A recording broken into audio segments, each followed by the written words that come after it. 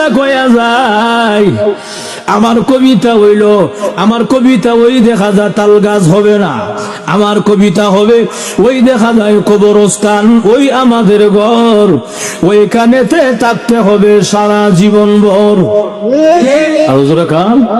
ওই দেখা যায় কবরস্থান, ওই আমাদের ঘর, ওইখানেতে থাকতে হবে সারা জীবন ভর।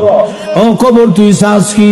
টাকা পয়সা নেসনি, সুদ ঘুষ কাসনি বলে না, টাকা পয়সা নেই না, সুদ ঘুষ খাই না, মুমিন বান্দা পাই না।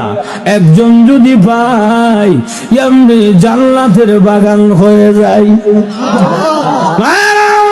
এজন্য আল্লাহর রাসূল হাদিস শরীফে বলেন, আল কবর রাউযাতুম মিন রিয়াযিল জান্নাহ আও হুফরাতুম মিন হুফারিল নার। কবরটা কারোর জন্য জাহান্নামের গাড়া হবে, আবার কারোর জন্য জান্নাতের বাগান হবে। আল্লাহর রাসূল বলেন, ঈমান আমল যদি খারাপ হয়, বেনামাজি হয়, তাহলে কবরের মধ্যে বিষাক্ত সাপ দেওয়া হবে ৯৯টা, এক এক ধরনের শাস্তি আরম্ভ হয়ে যাবে। আল্লাহ যদি প্রকান্তর ঈমান আমল ভালো হয়, ৫ ওয়াক্তের নামাজি হয়, এই লোকটাকে কবরের মধ্যে রাখতে দেরি হবে। একজন ঘোষণাকারী ঘোষণা দিবে, ও আলবিসুহু মিনাল জান্নাহ ও আফরিসুহু মিনাল জান্নাহ,